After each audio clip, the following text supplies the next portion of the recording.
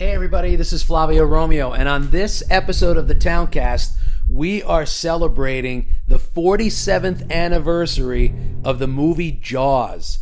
Now, if you guys aren't aware, next Monday, June 27th, we're going to have a special free screening of the movie Jaws at the Hawthorne Theater at 7 p.m.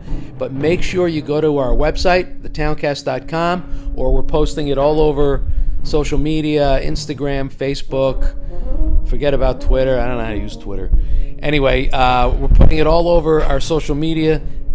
Go to Eventbrite and make sure you get your tickets, because we don't want to overcrowd it, and we want to make sure everybody gets a ticket. So make sure you go and get your tickets. Again, you'll see it all over Facebook and all over Instagram. Make sure you go to the Eventbrite page and order your tickets. But today we're going to be talking to I didn't even know that this guy knew so much about the movie Jaws and how the whole movie came about. I don't know if you guys were aware that it was based on some events that happened right here in New Jersey. So we have Brendan Anthony as our special guest and our professor of Jaws history. And I think you guys are going to enjoy it. All right, enjoy the episode, everybody, and hopefully we'll see you at the movies.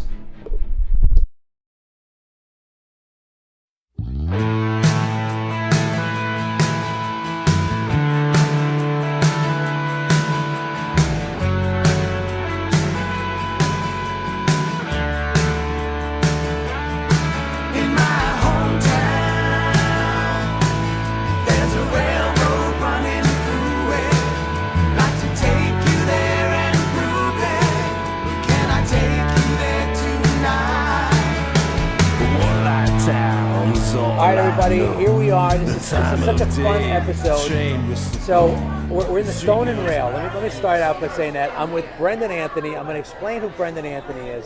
For you guys that don't know, everybody knows who Brendan is at this point. So we're at the Stone and Rail in Glen Rock, right on Rock Road. If you guys don't know where this place is, you can't miss it. If you go down Rock Road, it's right by the main station, the main train station. And it's such a great place. The atmosphere is awesome. They have great happy hour menu. So happy hour drinks, happy hour food. And when you come in, it's a wide open. The bar is great. The bartenders are great. Our waitress, Cassie, has been tremendous. And then the coolest thing is that you could see where the train is. Like if you're waiting for people, or if you're waiting for the train, you can see where the train is, and know that you have to finish your drink or finish your food real quick because the train's coming. But that's not what we're here to talk about. Today is June 20th, the 47th anniversary of this movie.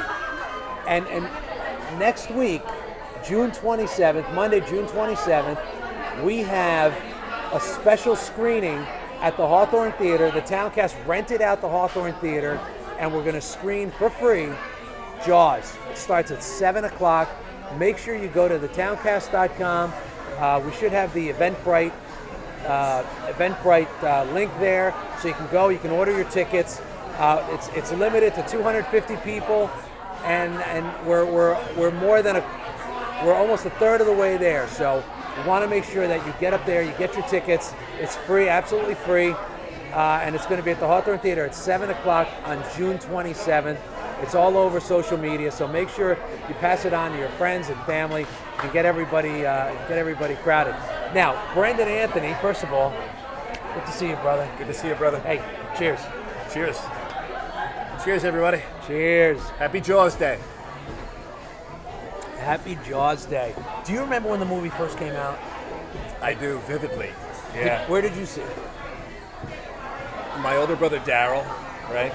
He decided to take me, along with his friends, to Garden State Plaza. They had an outdoor. Oh yeah, That's before that mall became indoor. The drive-in there. Yeah. And so I vividly remember my brother's friend Mike going, "Oh yeah, your younger brother, he's brave. He's coming to see the movie and all that stuff, right?"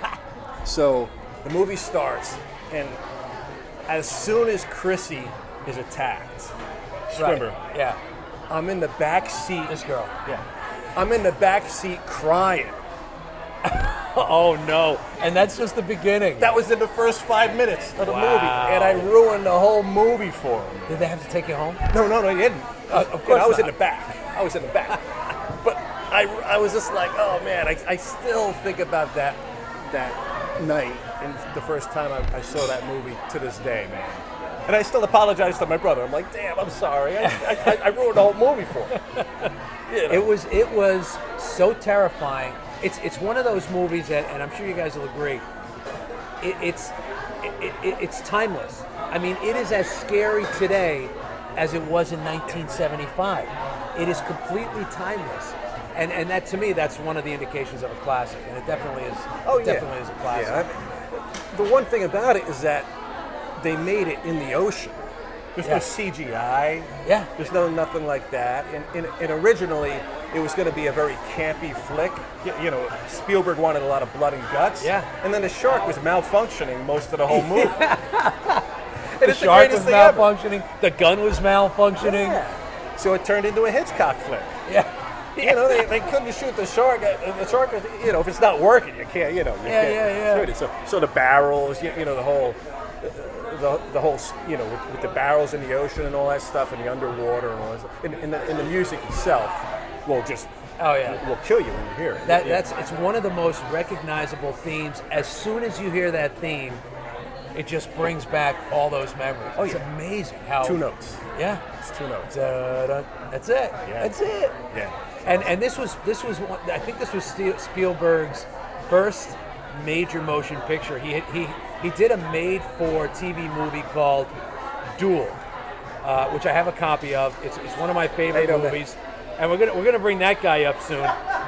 It's one of my favorite movies. By the way, Duel is a fantastic movie. Great movie. Fantastic. Great movie. It came out a couple years before Jaws. Yeah. Very, low budget.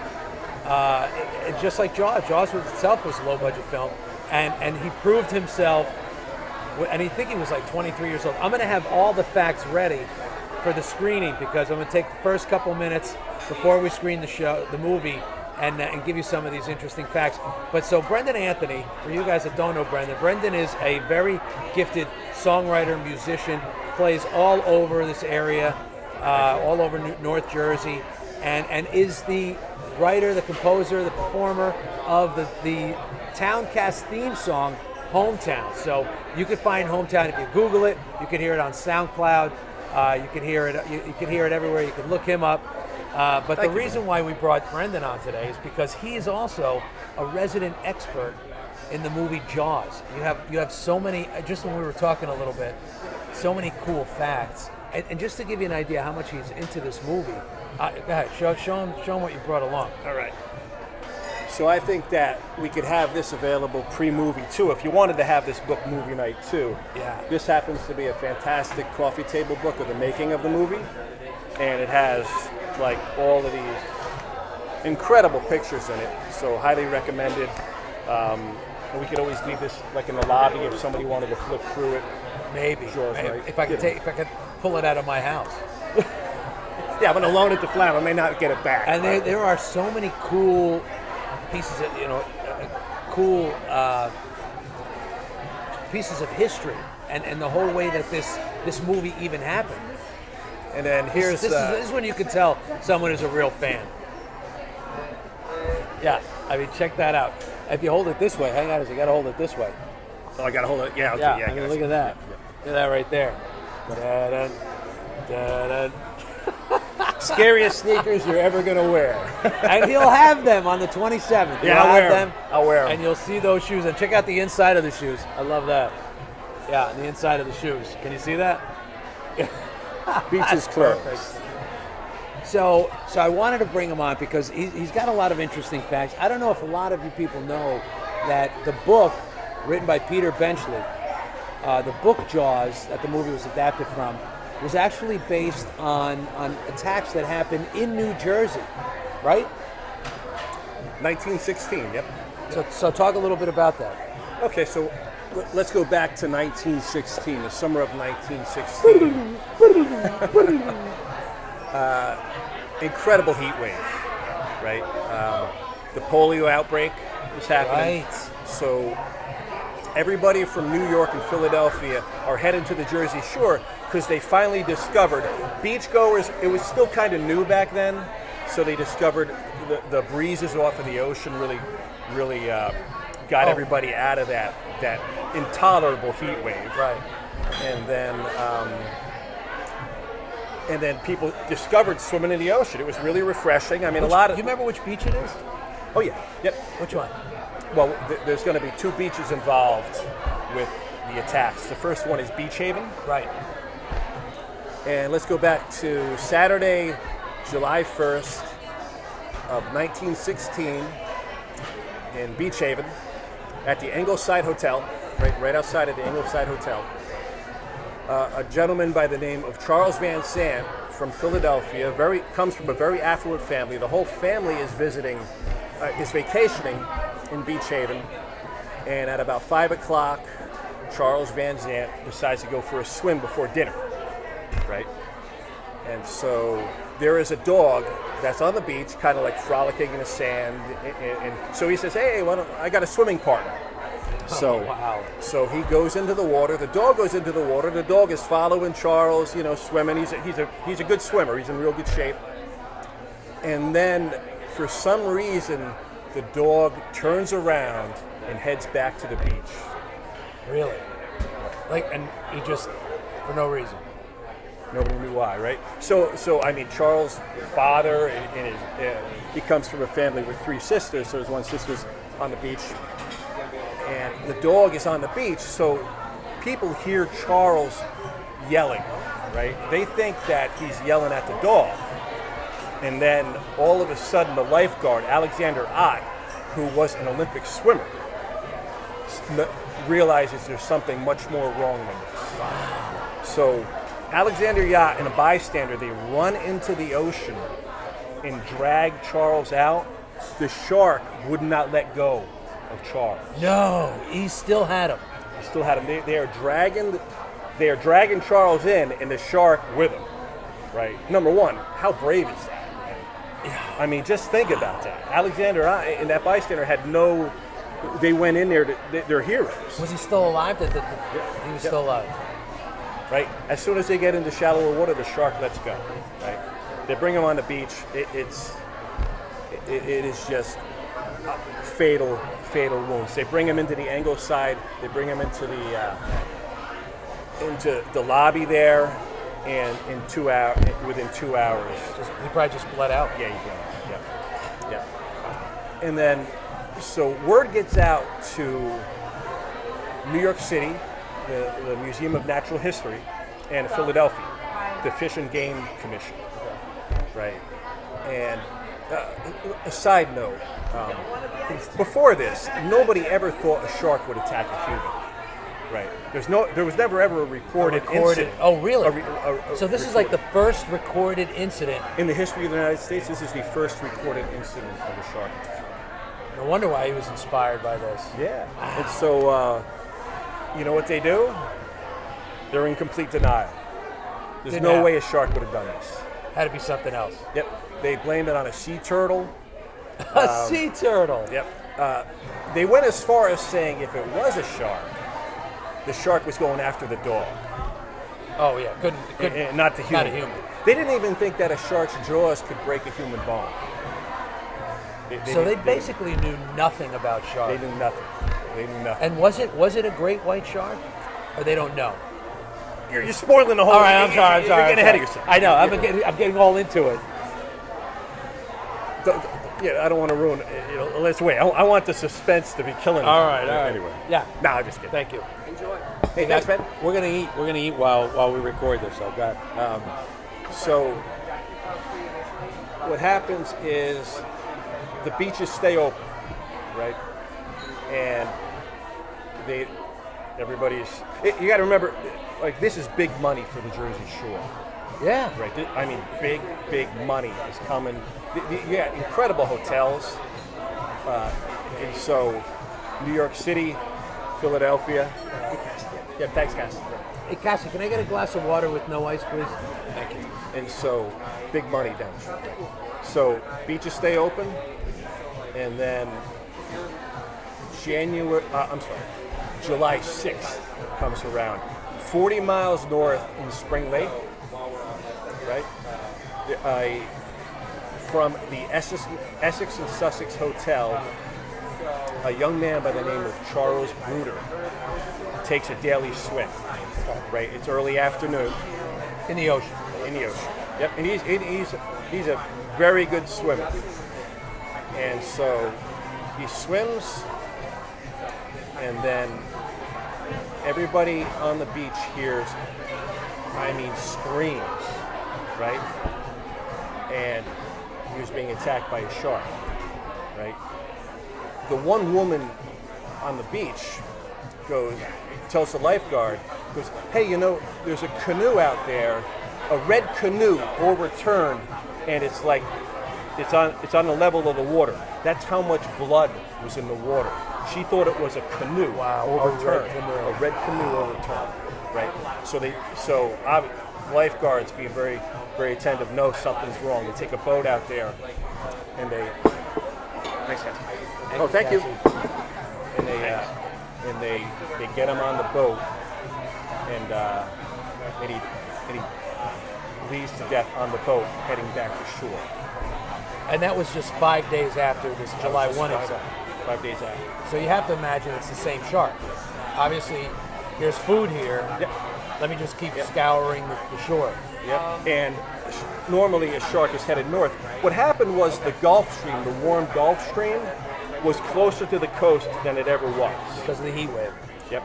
Yeah, and this is so, as a side note, there's been a lot of warming, there's been a lot of these heat waves, not just recent that we're having these heat waves. We've had episodes throughout our history where we've had these kind of heat waves. Oh, yeah, sure.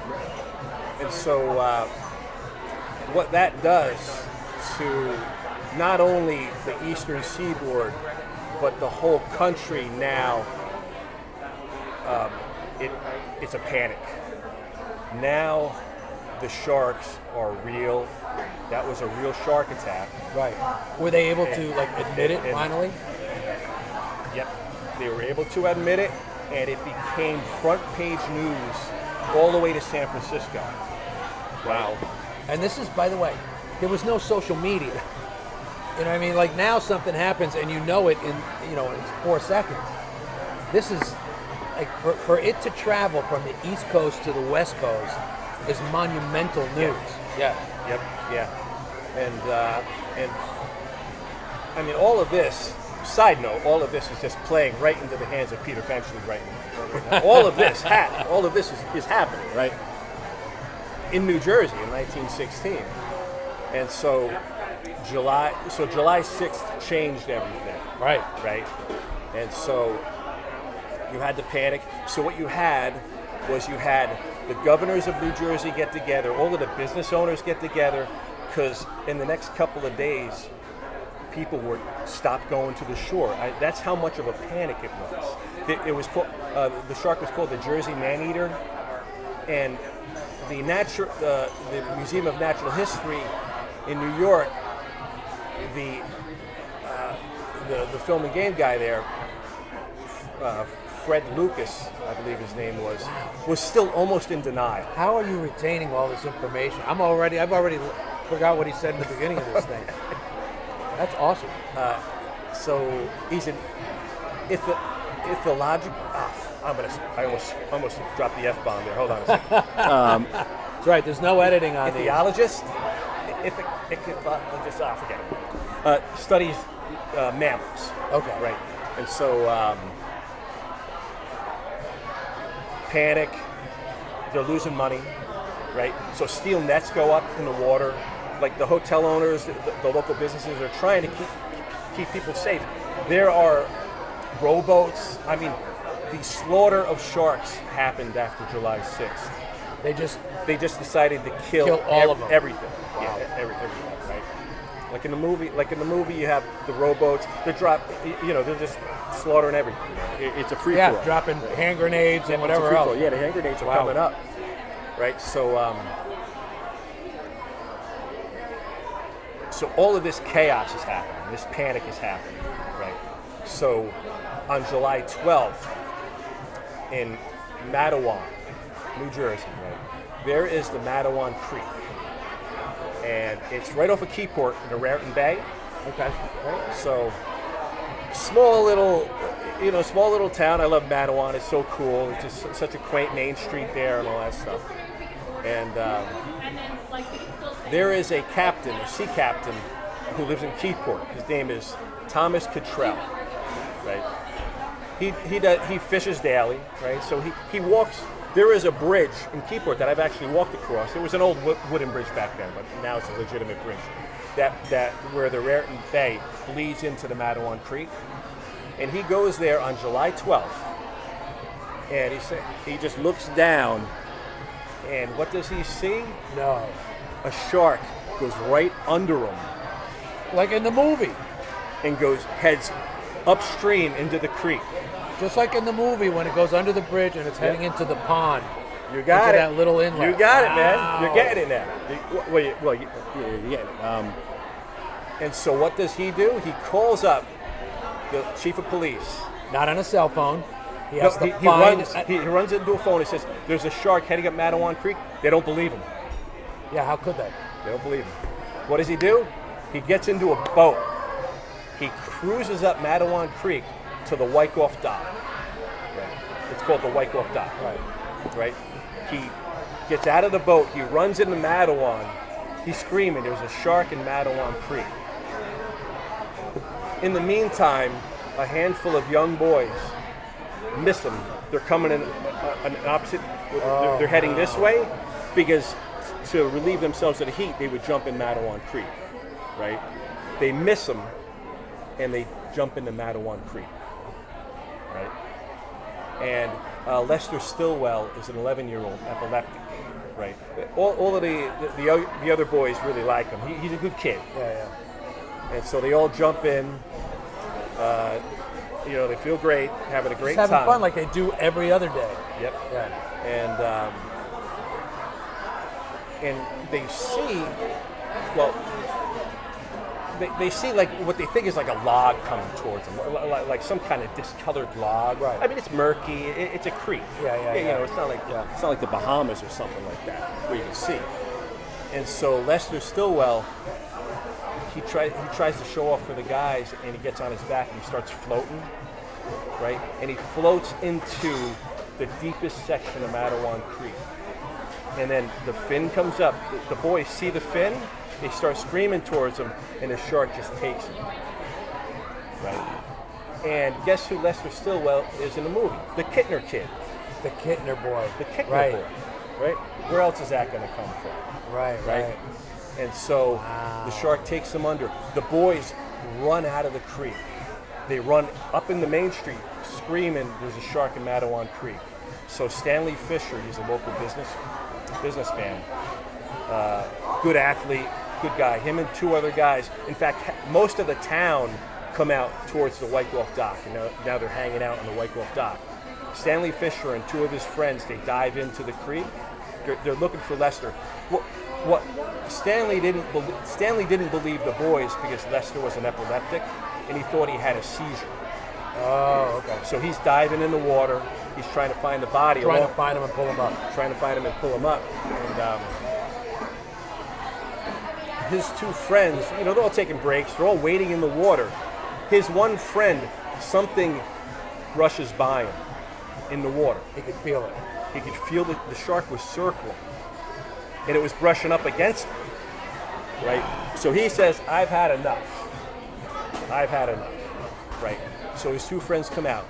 Stanley, he really wants to find Lester. He cares about the young man. Yeah, He cares about him. So he makes one more dive. He finds Lester, right? His body, the shark wedged Lester, in between. I don't know what I forget what it was, but he was wedged. So he finds him. When he comes to the surface, the shark attacks Stanley Fisher in front of the town. This happens. So they're all gathered around, and they're now watching. They are witnessing a shark attack. Wow. So there is a couple of guys. They finally, it's like a tug of war. They finally get Stanley out of the shark's mouth. Right. Stanley understandably loses Lester. Yeah. Right, because he's getting Yeah. So Lester's gone again. Lester was, by the way, he was dead. He was dead. So they get Stanley out of the water. I mean, he's in bad shape. They get him on a train to Long Branch. They try to get him to Monmouth University Hospital. Right. And he dies like 2 hours later. Right. And so now it's like there's no denying this is happening. yes. Yeah. Yeah. And just think about the horror of that. Just to see something like that. It's just like incredible, right? So the mayor of Matawan says is going to give a $100 reward to whoever catches the shark. They put nets up. They start dropping dynamite. Right, like in the movie. Start dropping dynamite in the creek. Everybody's shooting. I mean, people are grabbing stuff from their Everybody kitchen. wants the $100. Yeah, which everybody's back going then crazy. it's probably like $10,000 Oh now. yeah, it was incredible. And so no shark, right? Oh, I have to. Let me back up a minute. I jumped the gun a little bit there. 30 minutes after Stanley Fisher and Lester were attacked, downstream, Thomas Dunn, his brother and a friend, they're from New York City, they jumped into the creek, right? And I got to reread the book. In fact, I should bring the book with me, 12 Days of Terror by Richard Fernicola. Based on this. Based on this. That's a book that I read. Wow. And so 30 minutes later, Thomas Dunn, they're swimming, and I believe, and I gotta correct myself on this, and I will correct myself if I'm wrong, but I believe somebody on the side of the creek saw the shark coming towards him, right? And said shark, and they tried to get out of the water. The shark grabbed on to Thomas Dunn's leg, and it was another tug of war. They pulled Thomas Dunn out of the shark's mouth. He was the only one that survived. He actually survived. He was in the hospital for 2 months, and he had a limp for the rest of his life. Right, but he survived. Made it. He survived that attack. Yep. Wow. So that's intense. So then, sorry, I'll retrace my steps to July 14th. Everybody's looking for the shark, right?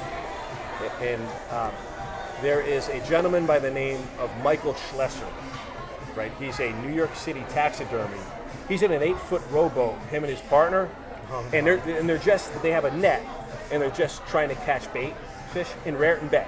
Okay. Right? Guess who comes along and gets caught in their net? Oh no. Yeah, it's right out of. You can't write this stuff, right? The shark. That's why Peter Benchley did. I mean, it was all Until written then. for him. You're right. He didn't have to You're think right. of anything. Yeah, he didn't. Yeah, he it's didn't. all real. Yeah. And so the shark gets tangled up in their net. It almost takes the boat down. I imagine, yeah. These two guys, the only thing they have is a broken oar. That's the only thing they have to fight themselves with, right? They end up killing the shark. The shark's in the net. Somehow, with the oar. They killed the shark with the oar. It was an 8-foot juvenile great white shark. It was a great white. See, I thought when I heard that story, I thought it had to be a bull shark. Because bull sharks can adapt to fresh water, and so they're the only one. It's one of the only fish that can do that. You want to know how this happened? How? Okay, so Matawan Creek has a lot, the saline in it, the salinity, what they call it, the salt in the water. It varies per day. I mean, you can think of a creek as being, it depends on high tide, low tide. And it also depends on the full moon. There was a full moon that July 11th, 12th, however long a full moon lasts, for a couple of hours that day, the salinity was 2 times the amount. That's why. That's why it was able to survive. And they go. And you want to hear like a real chilling thing from the book. On July 11th, some of the boys that were with Lester Stillwell, I believe some of the boys that were with Lester that day on July 12th, July 11th, one of them commented on July 11th, he goes, "There's a monster in the creek." That's what the young boy said. Right. So he must have felt something. Yeah. Wow. And so July 14th, a taxidermy from New York City trying to catch bait catches the Jersey man-eater. The Jersey man-eater. Cuts it open, guess what comes out of it? Everything. A boy's leg bone that was missing from Lester Stillwell. I don't, I mean, it was... Yeah, when you see it in the movie, if you guys that have seen it, and this is no spoiler alert, if you guys have not seen Jaws already, I don't even know what to tell you. It's been around for 47 years. But that one scene in the movie where they say you got to cut it open to see what it's digested. It's very slow to digest, and which they did. And it's exactly what the taxidermy did. I don't want that kid spilling all over the dock. Yeah, dude. Yeah. Where do you think they got that from? I mean, come on. And you know what? Incredible. They never say, like, based on a true story, inspired by a true story. I've never seen that in the movie. But the book, which is which was based on a true story, inspired by, because now, now they could say inspired by, and it only has to be a little part of what actually happened. But so much of what you're saying, so much of what happened, is in the movie and is in the book. Where are you going to get the idea of a dog frolicking on a beach? Right, and exactly. Now, here's the one thing, and again, spoiler alert. Everybody, like Flavia says, everybody should have seen this movie by now. And I don't want to ruin the movie for anybody because I got a couple quirks with it. Basically, because I'm overanalyzing things, because I was crying my eyes out after the first 5 minutes in 1975 when the movie came out. Right. Now I'm vindicating myself for being overanalytical. Anyway, the dog Pipit in the movie. Yeah. Frolicking in the ocean. Yeah. Trust me, that dog would have ran out of that ocean. Faster than you would not believe, because the dog has that sense. It knows. It knows what's happening. Just like in Beach Haven. But it would the dog would have hightailed it out. It would not have been as much fun if he left. left. You feel like, oh, poor Pippin, man. And then you see the little stick floating. Of course, yeah, suspense. It's suspense. And that's the other thing that's amazing about this movie, is if you come and watch it, or if you watch it at home, I encourage you guys to come and watch it. June 27th, a week from tonight, 7 p.m. And the reason why we wanted to rent the theater, and thank you to George and the whole family that allowed us to do it, is because when the movie came out, June 20th, if you notice in the movie, they want to open the beaches because it is 4th of July weekend, busiest weekend. And I'm going to let you eat a little bit because I'm going to talk a little bit about this guy. So if you watch the movie, it takes place, they don't really say where it is. There's no place called Amity. A lot of people thought it might have been Long Island, but they filmed it in Martha's Vineyard. And they had a lot of locals from the community that were the extras.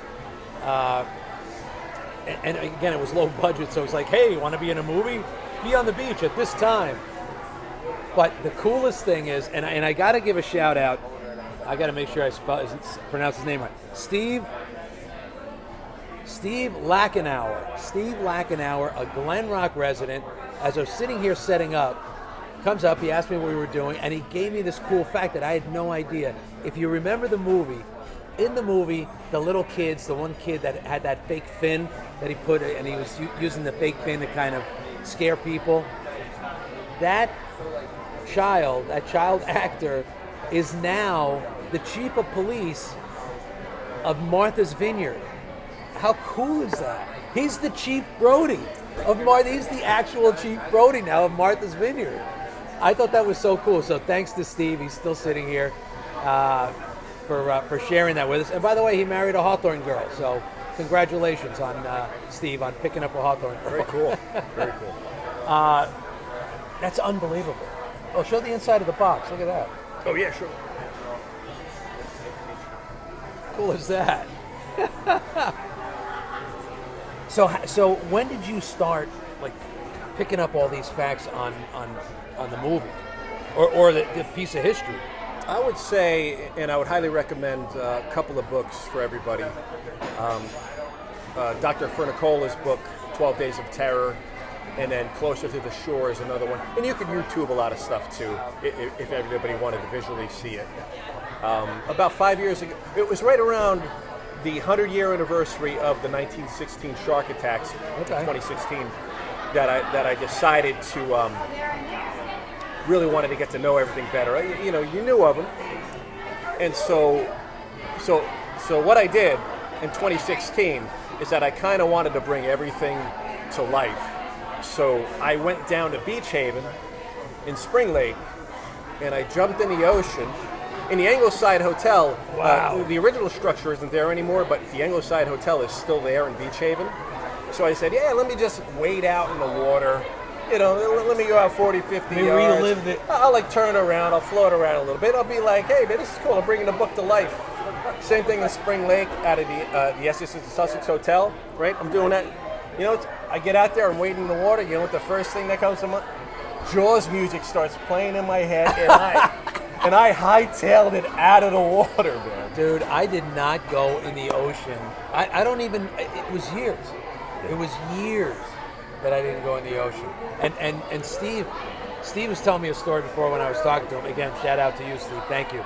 Where he went to the beach in 1981, I think he said, when Jaws 2 came out.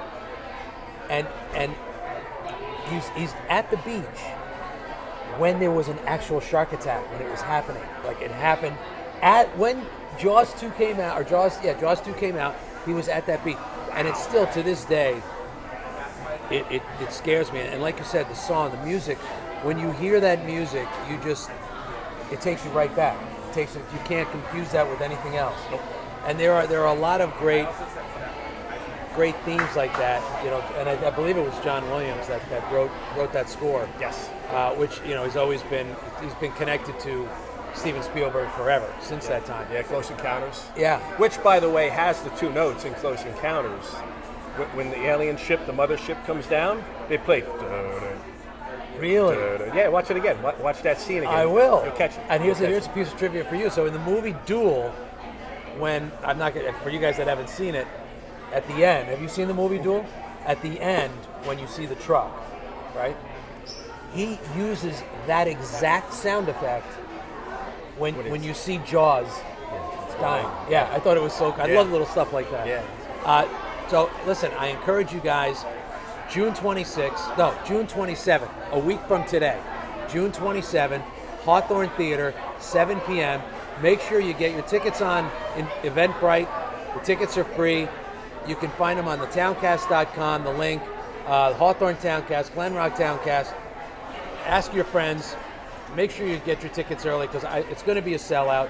It's a chance to go to the movies for free. I mean, with everything that's happening with inflation and the cost of gas and the cost of everything else going up, we at the Towncast wanted to be able to open this up to the community and invite you guys to come and see a great summer classic on the big screen.